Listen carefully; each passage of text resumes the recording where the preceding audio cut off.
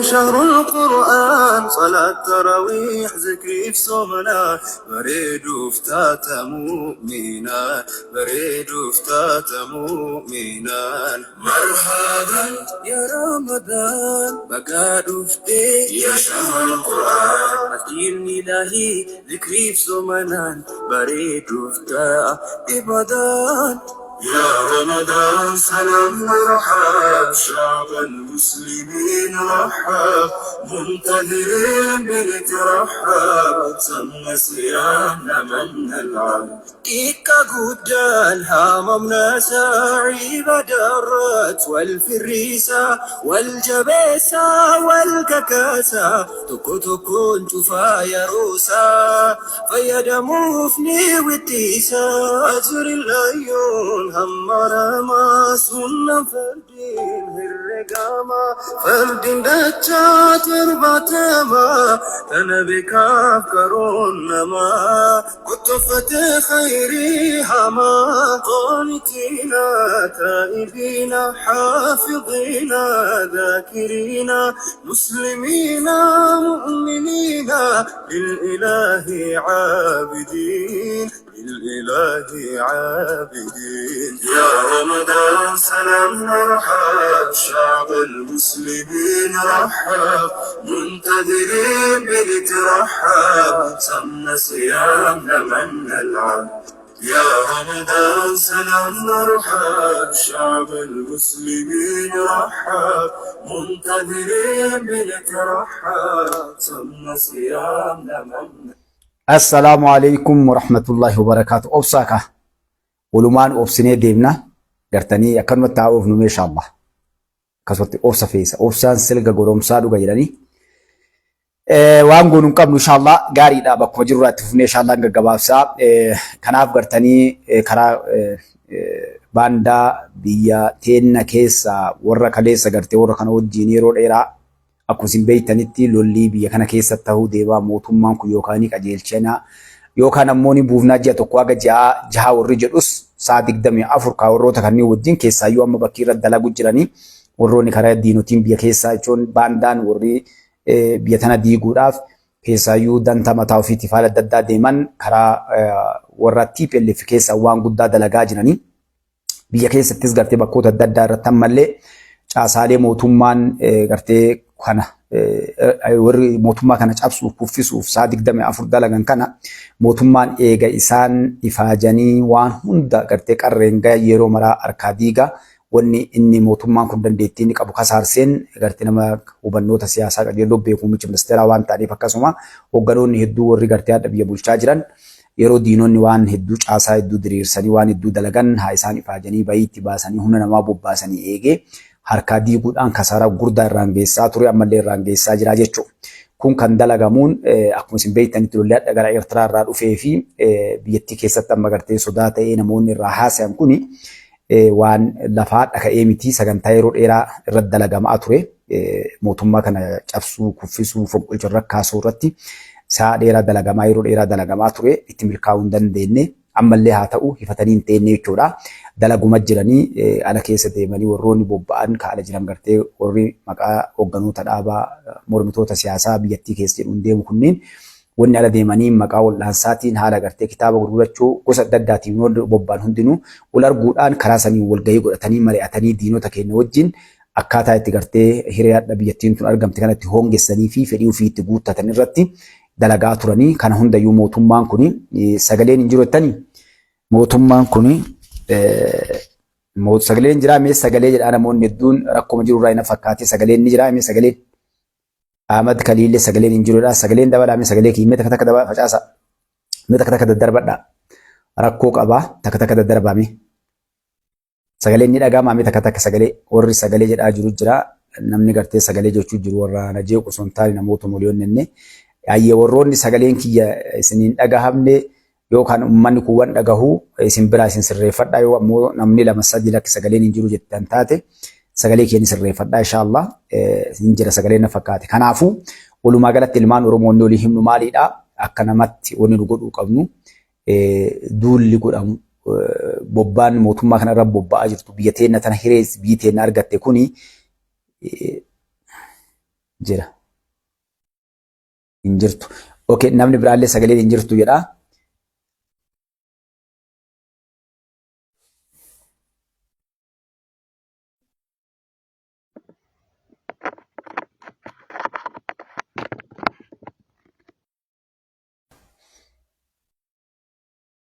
Anjira amma sagaleen bareedaadha mee ilaala.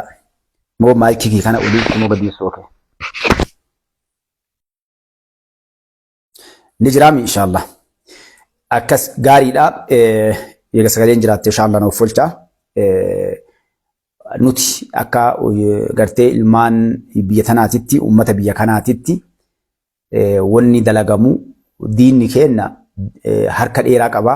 Namoota hedduu waliin dalaganii biyyoota hedduu waliin dalaganii keessaa hiriyaadha argamte kagartee sabaa sablammootaaf uummanni Oromoodhaa kolonii gabrummaa kalee jalaa bahee uummata waa dalaguuf seene kanarratti namoonni bobbaa adda addaa godhanii maqaa waldhaansaatiin maqaa gartee adda addaatiin fira gaafachuudhaan ala bobba'anii diinaa wal arguudhaan akkamitti akka mootummaa kana cabsan biyya tanatti diigan biyya rabshaa itti godhan nagaa biyya kanaa itti jeeqan akkaataa diinaaf karaa itti banan irratti yeroo dheeraa dalagaa turanii ammallee dalagaa jiranii jechuudha. Kanaaf wanni isin jechuu barbaadu maali ilmaan Oromoodhaa dhugaa nu hundi keenyaa nagaa feenaa biyya jaalannaa waan gammachuu dhaga'uu barbaannaa gartee kun hawwii nama hundaati. Diinota keenya qofatu biyyatun akka diigamtu waan nama rifachiisu lubbuun namaa baduu qabeenyi baduu nageenyi biyyaa boora'uu irratti sa'a 24 dalaganii jechuudha. Haa ta'u alhamdulillah wanni takka jala saree isin himu maali mootummaan hadha jiru kun waan silaa jiru hunda mootummaa safuu miti mootummaa humnatti amanuu miti. Mootummaa gartee nama miidhuuf deemuu miti. Mootummaa duraa duuballee laalu.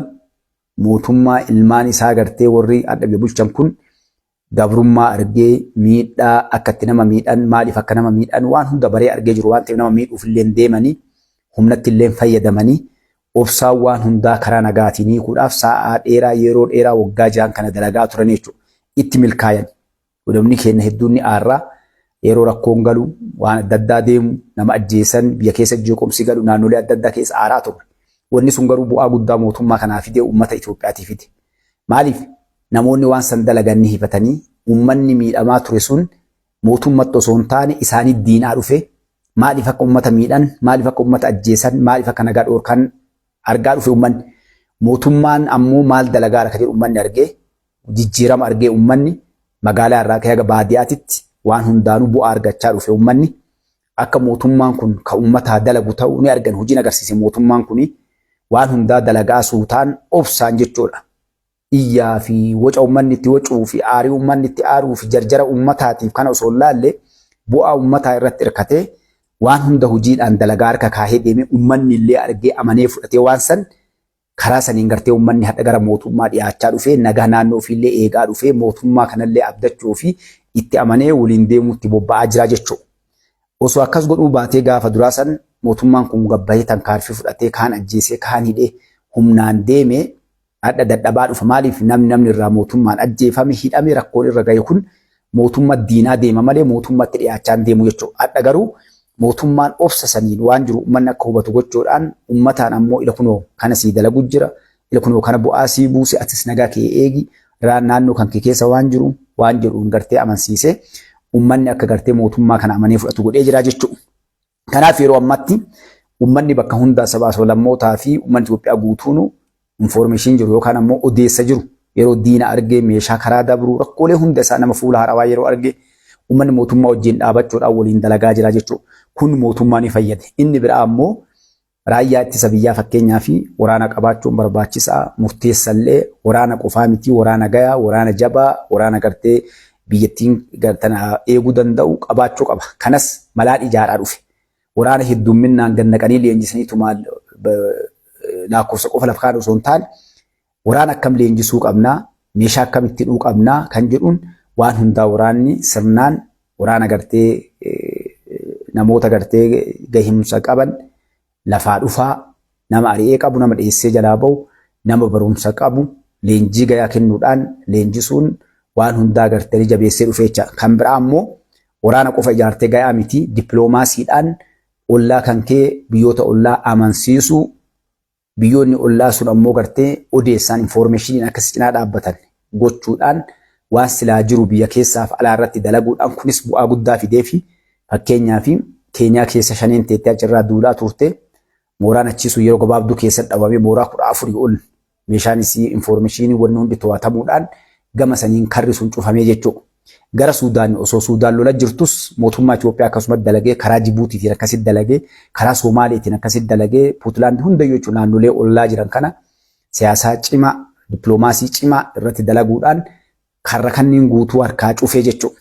Kun biyyoota guddatan waliin dippiloomaasii biyyoota gartee nu dura dhaabbatan Itoophiyaa dura dhaabbatan bu'aan isaanii jalaa bade warra kalee biyya kana akka fedheessa hammachaa turan amma mootummaa ka ofii barbaadan irra kaanii gartee gorsitoota ta'uudhaan mala kennuufiin kan ajjees kan hin jedhuudhaan warra gartee biyya tana irratti kaleessa fayyadamaa turan kaadha faayidaa san dhabanii mootummaa kana irratti duulanis mootummaan kun karaa dippiloomaasiitiin tooftaalee isaan walitti xalafuudhaan chiinii isaanii fakkeenyaa fi biyya wal faallaa jirtu lamaan waliin lachuu qabachuun biyya gartee san fakkeenyaa fi G7 warroonni akka Ameerikaa fa'aa Raashaa warri akka Chaayinaadhaa warri akka UKdhaa kunniin warri gartee waliin biyyoonni waa murteessuu danda'an akkuma isin dura si yaadattan gaafa lolaa Tigraay san mootummaa Itoophiyaa maal godhee Raashaa fi Chaayinaa keessaa qabachuudhaan yeroo Itoophiyaa irratti murtiin tokko dabru akkana goona jedhamu deemu Raashaa fi Chaayinaan faati sagalee kuffisuu mirga qaban saniif fayyadamuudhaan Itoophiyaa cinaa dhaabbatanii waan silaa dhiibbaa Itoophiyaa irratti biyyoonni biraa geessuu danda'an harkaa kuffisuudhaan mootummaan kun dippiloomaasii guddaa taphate jechuudha. Kun ammallee namoota dhageettii qaban kan warri biyya alaa kunniin bobbaafatanii biyya keessa gartee akka isaan biyya jeeqan laaqan waan hundaan information kennuufi fi gartee bobbaasan mootummaan Itoophiyaa akka yookaan ajjeesu isaan yaadan mootummaan kun osoo hin osoo ajjeesin dhibii warroota hidhellee gartee badiin hidheefis kana jedhee hubachiisuudhaan dhiifama godhee mana hidhaatii baasuudhaan isaan kasaarsee jechuudha. Isaan akka barbaadan namoonni siyaasa jajjabaa yeroo hidhamanitti namoonni hidhaman kun Itoophiyaan mirga namoota warra siyaasaadha namoota beekamoo hidhaa jirti ajjeesaa jirti torchii godhaa jirti dararaa jirti kan jedhuun dhiibbaalee irra godhanii biyyoota akka Chaayinaa biyyoota akka Raashaa warroota gartee sagaleedhaan kuffisuu danda'an kanniinis gama sanii harkisanii deebi'uudhaan warra akka Amnesty Human Rights kan kanniin jechuudha warra fannoo diimaadhaa kanniin hunda bartee bobbaasuudhaan wanna hedduu dalaguudhaaf tattaafachaa turanii mootummaa Itoophiyaa kana guutuu jalaa didee jechuudha. Namoota hidhee maqaa siyaasaatiin biyya keessatti hagammatti warroonni addunyaa barbaadanii dhabanii hin jiru. Namoonni hidhaman fakkeenyaaf furii shaneedhaaf kaafaa okaa hidhaman badiin hidhaman malee maqaa paartii siyaasaatiin yookaan namoota siyaasaatiin hidhamne inni kunniin mootummaan irra jiru kun muuxannoo gayaa siyaasaa beekumsa gayaa waan itti qabuuf kana hundaan cabsee jechuudha. Kanaaf karaa ittiin harka kaayan karaa ittiin mootummaa kana irra dhiibbaa godhan gara hundaanuu ni dadhabanii jechuudha. Isaan irra caalee argamee siyaasaa hubannootaan gartee harkaa fagaatee bahee gubbatti ol laalan uf gadi laalla osoo jedhan jechuudha. Shira isaan dalagan guutuu harkasii harkaa diigi. Amma garri dhufanii gara Eertiraa kanaanis harka hedduu keessa jira jechuudha. Karaa Eertiraattis kan jiru wanni hedduu keessa jirtu iftuudha. Itoophiyaa fi Eertiraa walii oofanii Itoophiyaa osoo isiin gartee tankaarfii isiin dura deemaa jirtu kana cabsuudhaaf lola seentee lolli kun akka yeroo dheeraa fudhatu godhuudhaaf tattaaffiin godhamaa jiru ni jira jechuudha. Itoophiyaan humna gahaallee qabaattee meeshaallee qabaatte lolli lola yoo isiin seentee gara biraatiin qaawwa itti banuudhaaf jechuudha. Yoo Eertiraa hojii Itoophiyaan lola eegalte qaawwa biraa banuudhaaf tattaaffiin guddaan dalagamaa jira. Kan ammoo mootummaa Itoophiyaa ni beeka. Qaawwallee ofitti hin banu lola Eertiraallee yoo dirqame malee ittiin seenu jechuudha. Yoo ka seenu ta'e ammoo lolli sun akkamitti akka yeroo gabaabduu keessatti akka lola gaafa Tigraay isaanii akka xumuramu irratti dalagee lola kana keessa akka bahu abdii qabnaa jechuudha. Garuu ammoo hawwiin amma jiru biyyoota hedduu fi warroota gartee jibbaa biyyattiin tun guddachaa jirtu danda'u jirtuu fi warroota kaleessa isii ergatee isii saammatee jiraatu harkaa bahu kanaaf hirriba dhaban lola Eertiraa kanaaf fayyadamanii biyya tana jeequu fi diiguu irratti waan guddoo dalagaa jiranii ikoonomiidhaanis waan hundaanuu gartanii irratti dalaguuf deemaa jira jechuudha. Kana hundayyuu ammoo mootummaan irra jiru kun hubannoota akkuma isiniin jedhe ni qaba. Wama tokkollee fiduu hin danda'an suutaan of eeggannoodhaan ejjatee deema. Warroonni addaa raayyaa ittisa biyyaa jeneraalonni jiranis namoonni jiran namoota gartee amanamoo warra gartee kaleessa dhiibbaaf miidhaa biyyattii tana irra gahaa ture warroota gartee kalee biyya kanaaf wareegama guddaa kafalamanii awwaalamanii duuba turan warra duratti as dhufanii biyya ofii irratti gartee wareegama kalee kafalan san dura ba'anii biyya ofii ijaaraa jiran biyya ofiitiin wareegama kafalaa jiran waan ta'eef qaawwi isaan kaa'uu barbaadan karaa raayyaa ittisa biyyaatiinis dhiibbaa dalaguu irratti fonqolcha waan adda addaa paartiilee siyaasaa deeggaruudhaan wanni hedduu akka dalagamu godhamaa ture godhamaallee jira jechuudha. Kan hundayyuu itti milkaa'uu hin dandeenye. Maaliif wanni tolchee warradhaa jeneraalonni bakka furaa jiran namoota amanamoo muummicha ministeeraa qajeeluu beekuu fi warra gartee biyyan gurgurannee warra mootummaa kanas illee gartee dhiibbaa irratti fiduu hin dandeenye akka hundattuu jechuudha caasaaleen ijaarame isa kanaaf milkaa'uu dadhaban. Kanaaf wanni gabaabduu isiniin jedhu maalidha? Nuti yoo ilmaan Oromoo akka ilmaan Oromootitti namni hunduu ga'ee biyya kanaaf buusuu dandeenyu jira jechuudha. Maaliif namoo uf tuffachuun ni mala isin uf hin tuffatinaa. Namoonni yeroo agartan odeessa argitan waan gartee gaarii walii raabsuudhaan maatii keessan, ollaa keessan, fira keessan, hiriyyaa keessan hundi isaatu waan jiru gubbatti walii yoo dhaabbannee waamichi mootummaan yeroo kamuu waa galan nu dhaabbannee agartee uummanni Oromoo uummata guddaadha. Sabaa sablammoota waliin jirra. Uummanni biyya kana Itoophiyaadha. Harka 190 mootummaa kana itti amanee fudhatee jira. Waan guddoo dalaguu dandeenya jechuudha. Maaliif tokko wanni gartee lolli guddaan dalagamu karaa ololaatiin jechuudha. Adda sooshaal miidiyaan ni jira. Sooshaal miidiyaa kanaan dubbii dhugaa yeroo agarre yoo facaasne waan tokko gartanii waan bu'aa qabu biyyaafis bu'aa qabu. Uummataafis bu'aa qabu mootummaallee bu'aa qabu yeroo arginu keessatti wal cinaa dhaabbannee facaasuu uummata keenya amansiisuu rakkoolee jirtu gubbatti namoonni keenya odeessa lala tokko diinni kan nama seenuu maalidha? Namoonni keenya qaawwii banuudha. Qaawwa akka cufu godhu namni keenya waan haarawaa nama haarawaa odeessa haarawaa yeroo argate dafaniila waan akkanaatu deemaa jira wanni kun maali? Ibalu akkana jedhee maali? Hin tuffatina waan garii amma Finfinnee keessatti naannolee Finfinnee kana magaalee gurguddoo keessatti uummanni keenya waan guddoo dalagaa jira. Waan ajaa'ibaa waan namni hin diyyanne jechuudha. Nama fuula haarawaa makiinaalee bakka adda addaa dhaabbatee waa fe'u makiinaa gartee yeroo fe'u dallaa seenee fe'ee waa bahu. Wanni akkanaa kanneen guutoonni gochuun reediyoo qunnamtiidhaa meeshaalee lolaa waan adda addaa kan deemu kanneen gartee keellaa irratti yookaan ammoo bakka dabaatitti yeroo na godhan information poolisaa kennuudhaan namoota dhimmi ilaaluu kennuudhaan gahee guddaa taphatanii jiran. Ammallee kana irratti waan akkanaa kanneen dalaguu uummata keenya maatii keessan ka biyya jiru amansiisuu maaliif biyyi teenya alhamdulillah sadarkaa isin geetti argaa jirtanii bu'aan kuni mootummaan adda jiru kun warra taayitaa gubbaa jiru kun boru gadaa ofii fixatee deema jechuudha. Ka gadafu uummata kanatti biyya tanarraa fayyadama. Biyyi nagaa ta'uun biyyi tun gartanii yoo nagaa taate yoo lolliin jiraatin yoo nagaan Oromoo Amaaraa Tigree Guraagee waliin jiraatte hegereen biyyattii tanaa ijoollee teennaa nu iyyuu gara addunyaa kana gubbaa nu kaa'ee nagaan jiraanna dalagannee baanee gallaa jechuudha. Kanaaf dhaadannoo muummicha ministeeraa jedhan tokko jira. Uummanni biyyattii kanaa guutuun akka inni miliyoonar ta'uu barbaadaa jedha muummichi ministeeraa. Maaliif kana jedhan biyyi teenya biyya qabaattuudha.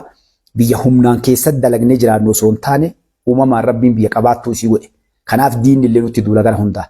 Namni hunduu wanni gartee haadha lola bananiif wanni nurratti duulaniif biyya teenyatu qabaattu. Yoo ati qabeenya qabaatte abbaan qabeenya tokko hattuun hunduu mana isaa cabsitee saamuu barbaaddi. Qabeenya isaa san ofii godhachuu barbaaddi jechuudha. Namuu isa kaje namni miskiin namni as garagalee ilaalu jechuudha. Biyyi teenya biyya qabaattu.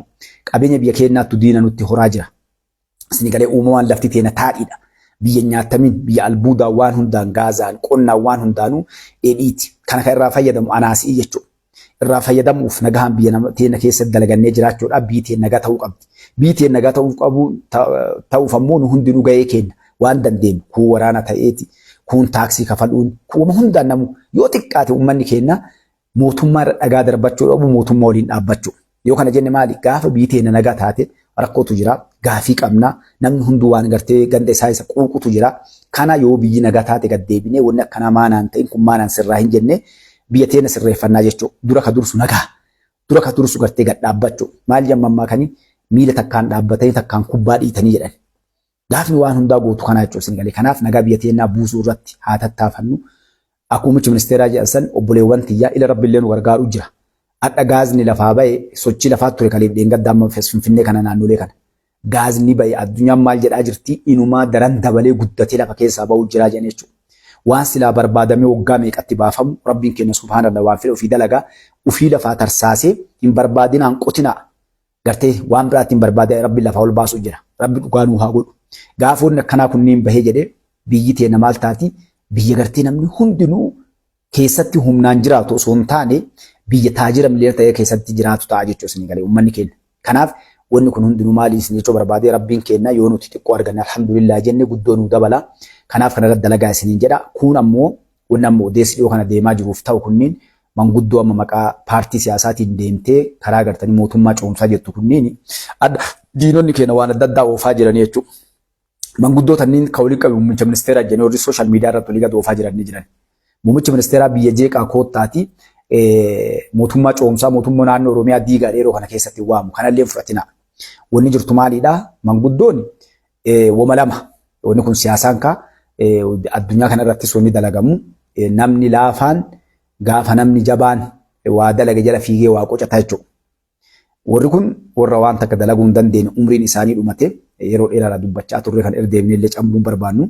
Haa ta'u namoonni kunniin namoota hadha silaa hireen kennamee fi koottaa taa'asaa waa'ee biyyaa janiin osoo hin taane namoota seera dhiyaatan yoo dhugaan silaa haqxi jiraatte jechuudha.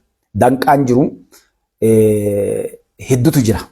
Mootummaan kun waan rakkatee ima jira. Haa ta'u ammoo warroota kanneen silaa gana oofuun malle akkamitti nu qabnu maaliif? Namoonni dhiyaatan kunniin namoota harki isaanii dhiigaati. Warra yoo namoota kalee dhiiga namaa gad naqan hiree uummata Oromoo waggaa haganaa akka Uummanni Oromoodhaa abbaa biyyaan ta'an hiree tana argannetti dallaa ta'anii diinaa dalagaa turan. Hadhallee nagamumaan bobba'anii galanii fedhan dalaganii fedhan dubbatanii paartiin siyaasaa warri boru biyya bulchuu deemu ijoolleen boru dhufuu deemtullee karaa isaan deeman kana deemti jechuudha. Kuni mootummaan kuni akka fedhetti jabaatu wantoota akkanaa kanneen karaa irraa xaa'uu qabaa jechuudha. Maaliini fakkeenyaaf namoonni akka Daawud Ibsaa yoo hadhaa dhufee biyyaaf dubbatu qaanii fi fafa hedduu nama kana maaliif umrii isaa gannamee fagoo mi'agaa shanee hayyu duree shaneedhaa ta'e waggaa 24 akkas jira. Namni kun waggaa ganaa kan hangoo gubbaa jiraate waan heerummaan inni paartii inni itti amanullee isaa sunillee hayyamu jechuudha. Gadaa lamaa ol waggaa 8 ol bulchuu hin danda'u. Paartiin maan isaatu bara. Nama akkasiisanii yeroo lama ol filamuu hin dandeenye ganna hagana jira tokko. Akka uummata Oromootti paartii Oromoo tokko tahee deemuudhaaf boordiin filmaataallee seera itti warroota kanneen gartee beekumtii kenneef qabaa jechuudha.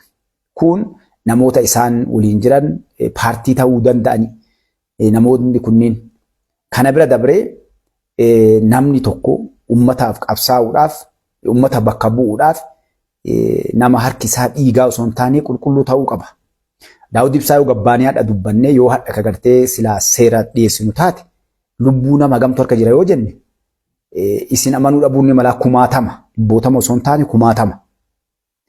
Namni keenya jajjabni jiru hayyoonni jiran yeroo dheeraa dubbachaa turre namni silaa Oromoon ni qabdi jedhan namni nyaate nama kana.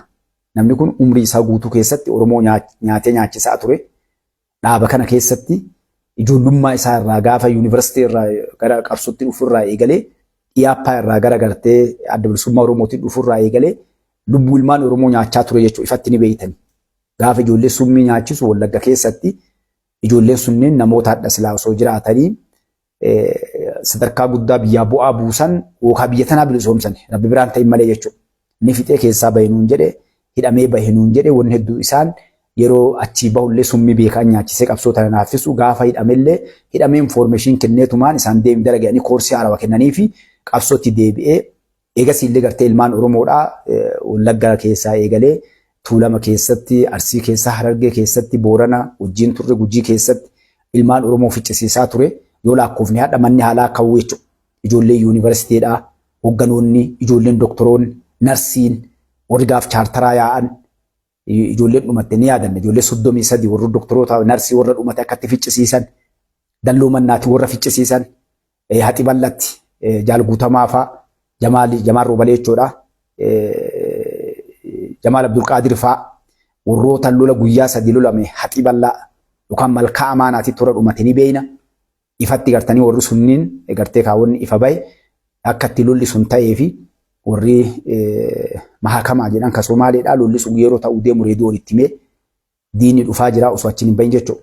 Jamaaliin ajjeesina achi kaasaa jedhanii kun ani guyyaa qiyaamarratti gaafatamaa yoo an kijibe gaafa an ajjeesuu erga hin qabame an deebi'ee bakka hogganoonni hadha lubbuun jiranii galaasaa qofaddu yeroo san keessa jiranii jechuu taa'ee hogganni warraa gartee mahakamaadhaa yeroo san Somaalee bulchaa turanii Jamaal Robalee fa'aa akka Tigreetti waamanii reediyoo wal quunnamaa turanii lola san bansiisan ifatti gartee kaa hogganoonni hadha lubbuun jiranii namni dalagsiisaa ture isa faa ta'uu leencoo lataa faa ta'uudhaaf dhugaa saba kakkoofaatti itti waamanii warra san lubbuun haa baatu kan jedhan akkan baane godhanii ficcisiisan jechuudha. Kanaaf kana qofaa miti.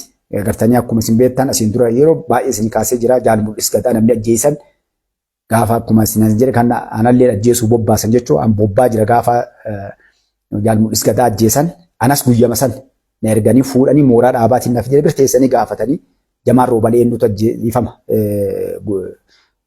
Mul'is Gadaa Jaal Mul'is Gadaa eenyu ajjeese bira taa'ee gaafate jechuudha.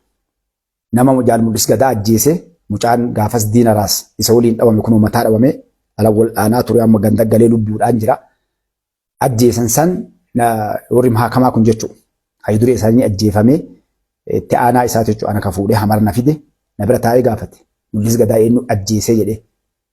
Isaan Tigree ajjeesennaan isintu ajjeesee jedhanii jechuudha. Bira taa'ee namni isa ajjeesee eessadhaan warra mucaa dhayellee ka jaalmudhis ajjeesellee warra Somaalee kanatu fixe jechuudha. Jaalbantiin as keessa raanii beekaa warri hojii achi ture. Warra tokko warra Habar Gidir keessatti jechuudha. Bula hubeetti. Mana haakimaatiin mucaa jala seenee ka ajjeesu seen achi jarree ajjeefte. Kaan ammoo Afgaal keessatti nama 17 waliin addatti akkatti ajjeesan dhabanii zuu 23 jedhan kanaan mana waliin ani fooqii wajjin akkasitti nama jaalmudhis ajjeesillee ajjeeste Somaaleen jechuudha. So kanaaf ragaan ilmaan Oromoodhaa warri kunniin wanni dalagamee eegasii ajjeesan jaalmudhis gadaa namni ajjeese Arsii jedhanii garas deebisuu barbaadanii wanni kana hundinuu wanni kana keessa hin deemnu maalidhaa namni keenya akka baruuf jechuudha. So gaafa nuti Keenyaa dhufne Keenyaa jirra Caalaa Calcarfaa jira kan magartee inni dhiyoo taalu kanni naayima maqaa isaa mullu guutuu lubbuun jirti adda jechuudha. Warri gartee ijoolleen Harargeedha. Arsii ajjeese dhamee deemaa ture masgida karaa lamaa jaalbantiin ni beekaa jechuudha achitti. Adda kun Sheek Alii Jimmaa Faati kun lubbuun jiree biyya jiranii ammaa siranii gaafas nama biraa akka Arsii ajjeesu masgida keessa bara sadarkaa san deeme waan kan isin dura isin tuqee jira. Achitti dhaqee anatu dubbatee jechuudha. Hadhaa miti yoo xiqqaate waggaa 20 hadhaati amma isin jiru kan dubbanne jechuudha. Akkuma isaa gubbaa dhufeen maadara jennee dhaan yeroo achiidhaan alaabaa uffatanii alaabaa bilisummaa Oromoo kana masgida maraan bakka hunda seenanii yoo as seenuu wal mormaa jedhanii tol seene waa'ee jaalmudhis Arsii ajjeesee wal morman ta masgida keessa dhaabbatanii bara jennaan ol ka'ee dubbadhee jaran waa'ee jaalmudhis dhagaana isinii maa jedheen jechuudha. Jaalmudhisiin kun callaa carcarfaa diriirsaan faa safiyaan faa ijoolleen hundi adda Kanaadaa jiran Ameerikaa jiran dhagan jechuudha. Garteen namni jaalmudhisiin ajjeese Daawud faa eenyu maqaan isaa Abbaa Liiban kumsaa gadaa jechuudha. Harargee mataa inni Harargee miti dhiigaan Yamanii kanniintu ajjeesee waan kana achirra kaasee ijoolleen Harargee uummanni Harargee ka'aaree achitti dhufe dhugaan tun gabbaate maaliif achi taa'aa warri itti meeqa. Kunooti jarri as ta'etti ijoolleen Harargee achi keessa turte jechuudha. Namni ajjeesise jara jedhee gaafas dubbadhe jechuudha. Kan isin tuquun maali? Namoonni kun namoota beekan itti himaa turre diinummaa jira. Daawudiin haadha namni si jala deemu kun kallattiin Tigreeti. Tigreessi ergata diina kan jedheen jira abbaan jechuudha. Namni mormanne abbaan waan hadhaa gargar deemneef sooshaal miidiyaa argadheef dubbachaa jiru miti jechuudha. Kanaafuu namoonni kun warra diina akkasiiti. Nama kunuuti jaalbantiin as keessa inni as keessa raafii miti. Keenyaa keessatti makiinaa ofii qabaa dalagachaa ture. Makiinaa keessa ajjeesanii akka ofiitti biraa lixan. Namni san dalagee Daawud Ibsaati. Shawaan goobana jedhee waan amanuuf jechuudha. Ijoolleen Tuulamni goobana. Arsiin Somaalee.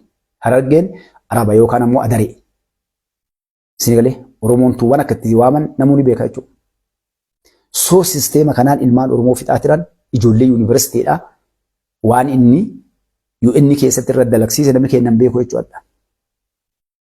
Hadha maqaa isaa faayina badee mucaa Tuulamaa kana fakka yuunivarsiitii bayas amma biyya na fakkaate. Ijoollee ganda isaanii guutuu ala yaasanii ijoollee Arsii Harargee ta Jimmaa ta Gujii ijoollee taawwan taas Sololo fixantu jira. Taan kaakumatti erganii taawwan garteetti wanni hin dalagamne ilmaan Oromoodhaa hin jiru jechuudha Keenyaa keessatti. Wal gussaa turre Keenyaa keessa jaalbantiin kun lubbuun jira. Wanni hin dalagin hin jiru jechuudha Sinigalee. Saamichi xiqqin turre lubbuun ilma namaa gartee irra taphatamaa ture. Lubbuun ilma namaa xiqqin gaalaafatamne. Namoonni kun ajjeesan nadhii gammadaa qabadhaa. Jagnoota ijoolleen meeqa? Hogganoonni dhaaba kanaa, loltuun dhaaba kanaa gaafa lola beeyii dhaboodhaa jaalbantiin ni beekani. Lola beeyii dhaboodhaa ijoolleen waraanni keenya biyya seenna jedhanii meeshaa qaban meeshaa silaa namni qabu fe'atee humni biyya seenna. Wanni biyya seenuu irra dhufe waraana Eertiraa leenjii dhufe jiraan 896 uummanni Somaaleedhaa wal ga'een waraanni bilisummaa Oromoo ammaachiin sodaannaa nurraa ba'u nurraa baay'an jechuudha. Humni keenya jabaatee meeshaa qabna waa mara qabna taankii qabna. Kana uummataan ji'a tokko nuu kennaadhaanii waraana akka biyya seenuuf dirqamni kennamee jechuudha. Waraana ba'ee biyya seenuudhaaf daangaa ga'e ka humni waan danda'u meeshaalee reediyoo waan hunda fudhatee biyya seenuudhaaf daangaa irraan ba'e halkan deebisanii dhagaa gaariin Oromoo kumsaan adhaastaa daawudiin adhaastaa kumfaa waan dalagan humna daangaan bahee deebi'aa jedhanii beedhabotti lafa beedhaboo jedhan jalbantiin beekaa beedhabotti deebisanii meeshaa humni ofirraa qabu istoora guuraa jedhaniin qawwee keessanii fi hidhannoo mul'ii qabdan malee waraanni boru biyya seenuu deema qoqobaadhaa istoora guuran dhagaa akka gaariitti halkan keessa halkan qixxee garsaa 8-9 yeroo ga'u daangaa cabsee dhufe waraanni wayyaaneedha. Achiin dura dhaqqabuu duubee jedhanii abbaa milkii jedhanii lubbuun jiraadha Ingiliis jira. Amma itti biyya jiran na fakkaate. Ji'a tokkoon dura akka Tigreen waraanni guddaan Somaalee seenee mooraalee teena dha'uuf deemu gabaasaa turan. Namni jalaa fuudhin jiru. Guyyaa torbaan tokko yeroo isaan daangaa ce'uu jiran ni himame. Guyyaa borumtiidhaa itti himan. Akka waraanni cabsee taankiin torbaa ka wayyaaneedhaa waraana guddaa wajjin cabsee seenaa jiru ni himame jechuudha. Hoogganoonni dhaga'u jira lubbuun jiran marti isaanii namni du'a jaalgalaasaa qofa. Duuba humna kana halkan yeroo itti dhufe jaallan maal jedhan abboo waraanni nu qabate makiinaan ifaa dhaamsaa halkan deemaa jira nu biraan ba'e jennaan maal jedhee kumsaa gadaa usa rasaasa takkaayyama kenna malee hin dhayinaa diinni ho'itu hin jiru deemaa rafaa jedhaniin. Jaallan maal jedhaniin abboo lakkaawwanni kun waraana Somaalee karaa deemtuu miti diinatu nu qabachaa jira jedhanii. Gaafa kana wanni lolli kun ta'eef ijoollee Eertiraatu jira lama nu leenjistee jajjabeedhaa fi meeshaa teeknikaa waa'ee hedduu nu barsiistee jechuudha achitti. Ijoolleen tunii warra miinoo maal kanneen nu barsiisanii ijoollee lamaan kana ka Eertiraa yookaan harkaan qabanii addunyaadhaan adda bilisummaa Oromoodhaa teeroristii maalii fi warri asiyaasiin kun yookaan ammoo Eertiraan yeroo sanitti mootummaa addunyaatiin faallaa waan jirtuuf qoqqobbiin irra waan jiruuf waliin dalaganii jedhanii ragaa kana kaleessanii adda bilisummaa Oromoo akka inni addunyaarra fudhataman arganne godhuudhaaf yookaan duutuu jaraa reeffa jaraa fuudhee addunyaa agarsiisuudhaaf lolli sun godhame. Kana dalage Daawud Ibsaa fa'aa jechuudha. Mooraa adda bilisummaa Oromoo diiguudhaaf. Hamar keessatti teeknika meeshaan guddaan nurra darbamee doolara yeroo biraa isin himaa kana $500,000 qabsiisanii hogganoota fixaa liistee hogganoota baasanii warra sanis nama isaan ergan Ogaadeen ni qabame. Soo duuba kanneen marganii waan dadhabaniif karaan irraa maayii isaan dhufanii maalidhaa? Jara tanniin reeffa jiraa yookaan reeffa jaraa fuudhanii addunyaa agarsiisu ture jechuudha. Soo kanaaf warra ijoollee kanallee mooraa keessatti beedhaboo kana jechuun meeshaa guuranii istooran naqanii halkan dhufee ka ajajni ajaja kenname rasaasa hin dhayinaa jedhaniin halkan dhufee lollitti bu'ee ijoollee jaallan. Jaallan dhumatan manni haala akka'u. Harkaan qaban waraanni bilisummaa Oromoo gaafas ijoolleen Asmaraan dhufte nama 139 mootummaan wayyaanee harkaan qabee Itoophiyaa galchee jechuudha. Jaallan ajajni hin kennamneefi jaalleeressaan adda Minisootaa jira. Warra gaafas madaa'ee harki kun haakimni gaafas madoo isa wal'aa nama 30 na bira dhufe anaa jechuudha. Adda kiyya mooraa jira nama 30 madoo kana bira fidan. Jaalleeressaan kun faatu irra keessa jechuudha. Madoo guddaa. Duuba jaallan san maal godhanii ajajni ittiin kenname kumsaan faati yeroo lolli bahe humna fudhatanii baqatanii keessaa ba'anii jechuudha. Jaallan ajaja osoo eeggatanii dhumatanii jechuudha.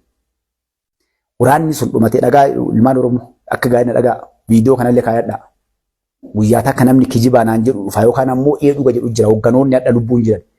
Jaalquubsaan jaalabbaa nagaa jaalabbaa nagaa biyyaa hogganoonni an ganama lolli sun ta'u na dhagaa gaariitti. Waan ragaa waliin waasiniima. Jaallan kana ganama obboroo hogganni dhaabaa mata tooyanii jaalbantiin ni beekaa mana mootummaa Somaalee jechuudha Ziyaad Barre guddicha hogganoonni mooraa keessa jiran ana qofa dhaqa mooraa san haakimallee waan hundaaf obboroo dhaqee waan jaallanii barbaachisu godhee deebi'an. Obboroo yeroo ani achi dhaqu jaalbantiin ni beekaa Jeneraaltichi ka Hussein Aidid reedoo akkana harka qabatee eessa dhufe bakka jaalgalaasaa fa'aa hogganoonni dhaabaa mana isaan keessa rafan. Kilaab jedhanii jira achi bakka isaan rafan fiigee seene anaa inni yeroo tokko mana seenne maal jedhee yeroo dhufe you guys are you sleeping hin raftanii galgala maal isiniin jedhe laala ka waraana jaallan kana halkan himanii bar halkan jaallan waraannu qabateedhaniin mootummaan Hussein Aidid ka Somaalee maal jedhen akka Tigreen daangaa ceetee dhufte galgala itti himan. Maal jedhanii beektan you guys are you sleeping hin raftanii jarana Maaliif Ingiliffaan jarri afaan Somaalee marti waan hin beekneef galaasaa fi Ingiliffaa dubbataa bireem ni raftanii ilmaan Oromoo ficcisiistanii reediyoo harkaa qaba reediyoo kan osuma jedhu reediyoo maal jedhan opereetartichi isaa ka Somaalee jechuudha. Afaan Somaaliitiin maal jedhan isaa ila kunoo dhagee meeshaa dibbisa jechuudha. Keellaa gubbaadha ila bakki kun Somaalee ilmaan Oromoo akkana taadha deebisaa jiranii jedhee osoo inni kana jedhu Adaamu Caalleen dhabamee reediyoon cite jechuudha. Itti ka'ee hirribaa kaasee hogganoota keenya guutuu fiigee dhixe. Injinar Mahammad jedhanii nama Somaaliitii ka gartee Somaalee kee jiru injinara makiinaa qabaa fiigee dhufe. Jaalgalaasaa jedheen ilmaan Oromoo dhumatte uummanni gosaan dhaqee ijoollee ofiitti waraana Somaalee dhaqanii guuraa jiranii dhaqee fuudhaa waraana naa kennaa jedheen. Maal jedhanii seenan beektaniis? Ajanu kennuu barbaada deema waraana kennuu fudhataa jedhanii. Ilmaan Oromoo achi dhumatte nagaa gaariitti. Jeneraal Xaamee jedhanii nama jeneraala Eertiraatti nama Mangistuu Hayilemaariyaam Zimbaabeetti ajjeesuu warra dhaqe keessaa madaayaa fe'inni. Jeneraal Xaamee hadha lubbuun jira. Namni garii hidhan illee naan jedha.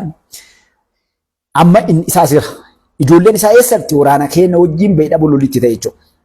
Waraanni dhawamee kuunni faca'ee kuunni qabamee ijoolleen Eertiraa lamaantu yeroo lolli rasaasni ba'uun dura mooraa keessaa laggabbaate. Abbaa ibsaa jedhanii maqaa isaa maaf hayna bada lubbuun jiran jaallan kunniin eegabaan abboo jaalleen ijoolleen Eertiraatuun salphanne eessa jirti duute moo jirti baate moo eessatti naa dhagarree jedhan abboo maarree ijoolleen sun hin baane mooraa keessaa falmataa waaqoo jedhaniin falmataa waaqoo abbaa ibsaa jedhaniin lubbuun jarri kunniin jettee ijoollee facaati. Nama sagalii ta'a Eertiraa dhufte sagalii tokko jechuun fudhatanii mooraa deebi'an yoo jarri mooraa deebi'an mooraa taankiidhaan waliin geettee jirti wayyaaniin. Meeshaa waraana irraa hiikanii istoora naqanillee istoora keessa jira. Ijoolleen Eertiraa illee deebitee lafan beektu alaa gad deebitee marfamtee marsa kana keessatti. Maal godhan jaallan kunniin yeroo namni sagalee isaa waliin seenan keessa torba biraa dhumate cabsanii seenanii jara taawwan lamaan mooraa keessaa fudhanii meeshaa waraanni harkaan istoora guure kana baazuqaan gubanii jara taawwan fuudhanii achii baanii jaallan kiiloomeetira 90 70 jaalbantii akkasii beedhaboo irraa hamarii nu dhufan jechuudha. Yeroo dhufan waan jeneraal Xaameen kun jedha geettanii dhagaa gaariidha. Dhagaa gaariitti namni boru tokko jibanaan jedhu ni mala. Loltuu ni qabdanii galaasaa kana hadha seenaa isaatu jaarsi bakka dhugaa jira maal jedhe galaasaa amma bahara kana uf keettamoo hamar bahara jirti bahara kana uf darbitamoo akkam goota loltuu ni qabdanii hogganan qabdanii hogganni keessan diinaa jedhe nu qara jedhe Eertiraan akka Afrikaatti gootummaa ufii kennine anadharraa eegalee kiiloomeetira 80 jaalbanti jeta kallaa kennan kiiloomeetira 80 jechuun beedhaboo irraa hamar achirraa miilaan jala lamaan fuutee jaallantu lamaan dhufaniin Xaameen kun maal jedhe wallaahi yeroo seenaa jala ragaafte akkam isin baasanii kamarfamne akkana deebi'anii akkana gootee ka taankiin farman keessaa nu baaftee karaatti akkamitti dhufan beektaniisi nam jara tana fuutee ijoolleen deemtu tun jaallan yoo rasaasa dhayan gostiree biyya Somaalee biyya namaa keessa dhalaniifitti nama Somaalee karaa gubbaan reebee jala hunda godhu warra bira dabarti ijoolleen ta'e laal jagnummaa namni keenya qabu kiiloomeetira 80 ka diinni jala deemu gosaan dhayan lubbuu jara Eertiraa tana fuutee dhufte Xaameen kun ol ka'ee machaa'ee hagga madira dhiirummaa qananu takka gaafa Afrikaa kanatti nuu kennanii illee ofii kennine hadharaan ilma Oromoo dura dhaabbadhaan ajajuu jedhee jechuudha galee. An jeneraalaa hoogganaa akkana jedhee jagnummaa nama kennaati. Maaliif ilmaan Oromoo kana isin hin kaasu jira wanni dheeraadha yoo keessa deemnee haasofne. Qabsoo tana keessatti wanni nuun ta'in illee hin jiru. Wanni ilmaan Oromoo gatiin ilmaan Oromoo kafreen hin jiru. Garuu ka qalamaa turreen nyaatamaa turreen tokkoffaan hadha osoo dhugaan jiraatee heerri jiraatee seerri jiraatee Daawud Ibsaa faati hoogganoonni hadha maqaa adda bilisummaa Oromootiin deeman kun dhiiga ilmaan Oromoo hayyoota Oromoodhaa ilmaan Oromoo ficcisanii fixanii waan fedhan godhanii silaa hadha maqaa Oromoo qabatanii duran ta'an jechuudha. Yeroo nu gurbattii Jawaar jennu kana iyyinuufi warra maqaa Oromoo deemu kana iyyinuu ibiddi nu keessaa boba'u bar nu gubata qabna akka ilmaan Oromoo ficcisan jechuudha. Hadha Daawud Ibsaa taa'ee qabsoo namni wareegamaan fite namni guyyaa takka rasaasa dha'ee Oromoon dhiigin. An Daawud Ibsaadhaa Booran wajjin ture. Keenya keessa ture. Lafa amma Sololoo jedhan kanaafi golboo jedhanii dambala faccanaa jedhanii gama san ture haga ture jechuudha. Walbee naggaadhi walbeeyna. Waan dalagamaa ture ilmaan Oromoo irratti dalagaa turan. Jagnoota Oromoo ka ficcisiisan. Qabsoon Oromoodhaa. Oromoon waggaa 5 loltu osoo gartee diinni qabsoo tana hoogganuu baate. Namni qabsoo Oromoodhaa gaafa chaartaraa 91 akka Awurooppaatitti wayyaanii kennan namni gartee Awurooppaa dhaqeetiin gaafas Oromoon nama barate hin qabdu, hayyuu hin qabnu, beekaa hin qabnu, diinagdee hin qabnu, Oromoon biyya diigdii namni jedhe jaraa jechuudha. So kanaaf hadha dhufanii inumaa ililli hoteela wal gahanii mootummaa coomsaa akkana goonaa ibalu goonaa jedhanii inumaa gartee haasaa ajandaa ta'e wanni kun sooshaal miidiyaa irra deemee qabsaa'ota ta'ee kalee gaafa Finfinneetti akkasii alaabaa minxaafii diimaa afee Jawaarii fi Lammaanii simachiisan san ibiddanuu qabatee nu beeka. Waan nu keessa jiru waan dura dalagan beeyna. Wannadha gurbatti Jawaar jennu jana yagaluu dinneen maali? Namni tokko hadha dhiiga ilmaan Oromoodhaa Wallaggaa fi Shawaa fi Gujii Boorana keessa gannaqsiise Jawaar Maamad tokkochu maaliini? Qabsaa'ota Oromoodhaa yoo silaa adda bilisummaa Oromoo taate adda bilisummaa Oromoo ka daawudii miti. Jaalabbaa biyyaa jaalabbaa nagaa jaarraa faati.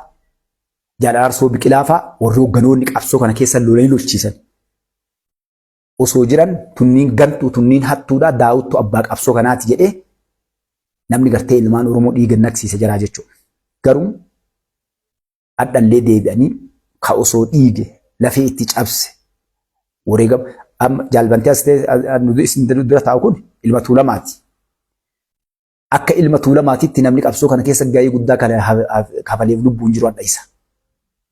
Maaltu laga'e maal ta'e? Waamii keessa dabrennee wadha silaalaa yoo dhugaan jiraatte bara. Hadha jaalbantii fufaa nama sooshaal miidiyaa kana gubbaa dhiyeessee mootummaan naannoo Oromiyaallee miidiyaan Oromoollee hattaa federaal abbaa qabsoo kanaa nama qagartee miidiyaalee nafxanyoota irratti afaan Amaaraatiin fi gaafa hin dhukkubsatiin sooshaal miidiyaa kana gubbaa sa'a 24 Mustafaa kana iyyaa ture jechuudha. Namoonni gatii kafalan waraana leenjisanii lolanii lolchiisan corrooqa itti dhuganii qocaa itti nyaatanii waliif hin caayanii miilaan warri asirraa ka'ee gartee Somaalee seenee qabsoo tana jiraachisee waan kanaan ga'e adda diinam hundi isaatu warri Awurooppaa Ameerikaa hoteelli Daawud Ibsaa faati ala jiraattu bara halkan tokkotti $500 bulan halkanii wallaahi Keenyaa kana keessa jaalbantiin ni beekaa hoteela kumsaa gadaa jiraatu rufii dhaqee aga $300 halkanitti doolara ammaatii miti bara $300 halkanitti bara ilmaan Oromoodhaa gaafas wallaahi nuti yoo magaalaa dhufne paantii walii godhannee galleeni walii paantii akka yeroo qaama dhiqannu walii jijjiirannaa jechuudha. Waraanni keenya muka bocee miila jala godhatee deeman jarri halkanitti sireen qofti $300. Eessa sun barkeenyaatti isiniin jedhaara. Ala keessatti Awurooppaa Ameerikaatti $500 kumaan bulan halkanitti. Ka addunyaa irraa maqaa Oromootiin biyyoota addunyaa irraa guuran, NGO irraa guuran, uummata Oromoo irraa buusii ja'an guuran kanaan bashannanaa turan guyyaa takkan dheebonne hin beelofne. Nu warri fincaan itti dhugee qocaa itti nyaatee saree itti nu nyaattee madoofnee takka wal'aansan argatin hadha gartee duriyyee nurra bobbaasanii ajjeesaa jedhanii bakka meeqan nu ajjeesaa lubbuun deemne. Kanaaf namni akka hadha jaalbantiidhaa silaa